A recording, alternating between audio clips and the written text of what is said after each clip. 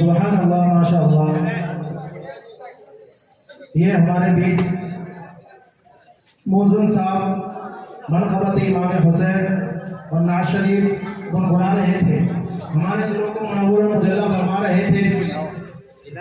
لیکن میں کچھ عرض کرنے سے پہلے یہ کہوں گا کہ جو حضرات اگر ان تک میری آواز پہنچ رہی ہے، جو حضرات راستے پر کھڑے ہوئے ہیں، راستے پر آپ حضرات بخوبی جانتے ہیں کہ راستے پر کون کھڑا ہوتا ہے۔ کبھی ذکر شہید کربلا سننے والا راستے پر نہیں بلکہ محفل میں آ کر کے بیٹھتا ہے۔ تو ان سے میری مؤدبانہ گزارش ہے کہ جو راستے میں کھڑے ہوئے ہیں، اگر ان تک میری آواز پہنچ رہی ہے تو وہ حضرات یعنی کہ ذکر شہید کربلا محفل میں جلد سے جلد آ کر کے اپنی حاضری کو رجسٹر کروائیں، اپنی حاضری کا ثبوت دیں۔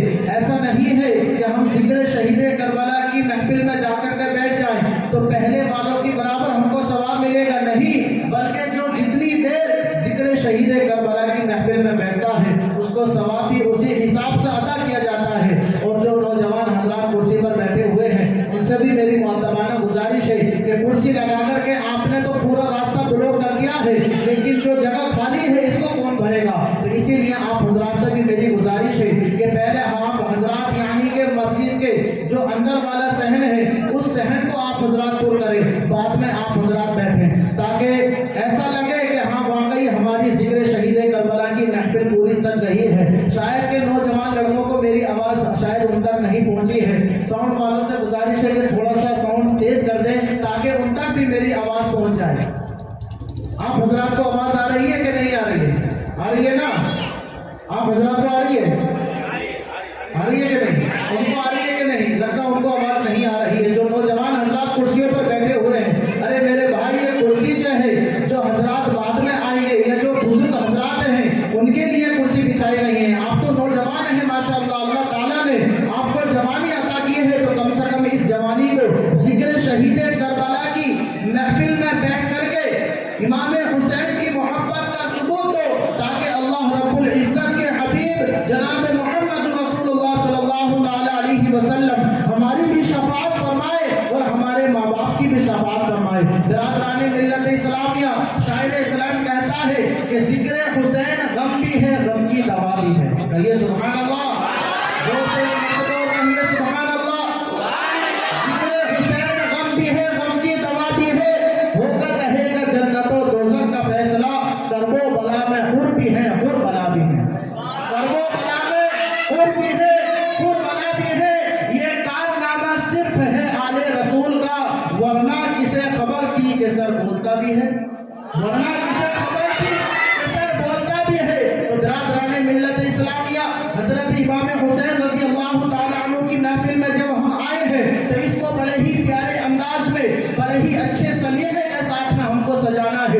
اس محفل کو اس طریقے سے سجائے تاکہ جو خطیب ہے، جو ہمارے مفتی صاحب ہیں، جب وہ بیان کریں تو ان کے دل سے بھی نکلے سبحان اللہ۔ اللہ تعالیٰ یعنی کہ اللہ تعالیٰ اپنے بندوں پر یعنی کہ اللہ تبارک و تعالیٰ کے بندے امام حسین سے کتنی زیادہ محبت فرماتے ہیں۔ اور ایک بات آپ حضرات جانتے ہیں، مفتی صاحب نے بارہا آپ کو بتایا ہے کہ جو امام حسین سے محبت کرتا ہے اللہ اور اس کے یعنی کہ اللہ اور اس کا حبیب اس انسان سے محبت کرتے ہیں۔ آئیے اسی بات کو ہم جاننے کے لیے مدینہ منورہ کی گلیوں میں چلتے ہیں، مدینہ منورہ کی تاریخ کو اٹھا کر کے دیکھتے ہیں۔ صحابہ کرام رضوان اللہ تعالی علیہم اجمعین ستاروں کی مانند ہے، اور چودھری کا چاند میرے آقا کریم صلی اللہ تعالی علیہ وسلم ہے۔ جس طرح چودھری کا چاند ستاروں کے درمیان گھومتا ہے، اسی طریقے سے صحابہ کرام کے ساتھ میں میرے آقا کریم صلی اللہ تعالی علیہ وسلم مدینے کی گلیوں سے گزر رہے ہیں۔ راستے میں کیا دیکھتے ہیں کہ کچھ لڑکے یعنی کہ مدینے کی گلیوں میں کھیل رہے ہیں۔ میرے آقا کریم صلی اللہ تعالی علیہ وسلم ایک بچے کو اپنی گود میں لے کر کے اس کو سینے سے چمٹا لیتے ہیں، اس کو بوسہ دیتے ہیں، اس پر شفقت کرتے ہیں، اس کو چومنے لگتے ہیں۔ صحابہ اکرام بڑے ہی حیرت اور تعجب والے انداز میں حضور صلی اللہ تعالی علیہ وسلم کی بارگاہ میں عریضہ پیش کرتے ہیں، یا رسول اللہ صلی اللہ تعالی علیہ وسلم، یا رسول اللہ فدا کا امی و ابی، ہمارے ماں باپ آپ پر قربان ہو جائیں، یا رسول اللہ اس لڑکے پر آپ کی اتنی محبت اور شفقت کی آخر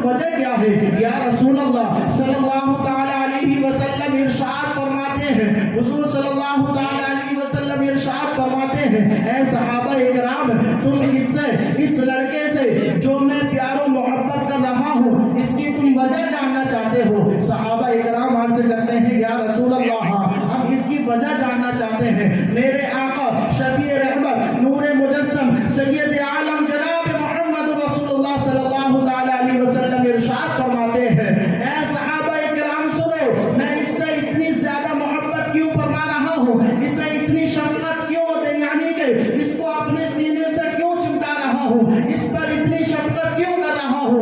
میرے آقا کریم صلی اللہ علیہ وسلم ارشاد فرماتے ہیں اے صحابہ اکرام سنو سنو، یہ لڑکا یعنی کہ میرے بیٹے حضرت امام حسین میرا نواسا حضرت امام حسین رضی اللہ تعالی عنہ کے ساتھ میں کھیل رہا تھا۔ جب امام حسین کھیل رہے تھے ان کے جہاں جہاں قدم پڑ رہے تھے یہ لڑکا اس جگہ کی مٹی کو اپنی آنکھوں سے مل رہا ہے۔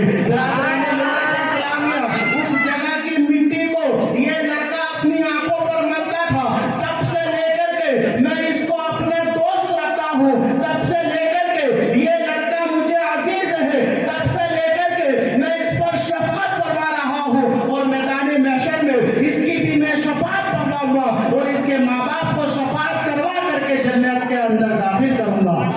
یہ سبحان اللہ، جنت کے اندر داخل کروں گا۔ تو اس واقعے سے اس حوالے سے ہم کو یہ پتہ چلتا ہے کہ جو امام حسین سے محبت کرتا ہے یا جو امام حسین سے الفت رکھتا ہے، جو امام حسین کی محبت کا سرما اپنی آنکھوں میں لگاتا ہے، قسم خدا کی وہ یہ یقین کر لے کہ ہاں واقعی میری شفاعت حضور صلی اللہ علیہ وسلم کریں گے۔ اور جس کو حضور کی شفاعت نصیب ہو جاتی ہے حقیقت میں فرشتے ملائکہ اس پروردگار سے عرض کرتے ہیں مولا پروردگار عالم ہمیں ناز ہے اس بندے پر کہ اسے تیرے محبوب کی شفاعت نصیب ہوئی ہے۔ تو برادران ملت اسلامیہ اسی لیے میں یہ کہہ رہا ہوں کہ امام حسین کی یہ محفل ہے، ذکر شہید کربلا کی یہ محفل ہے، اس محفل میں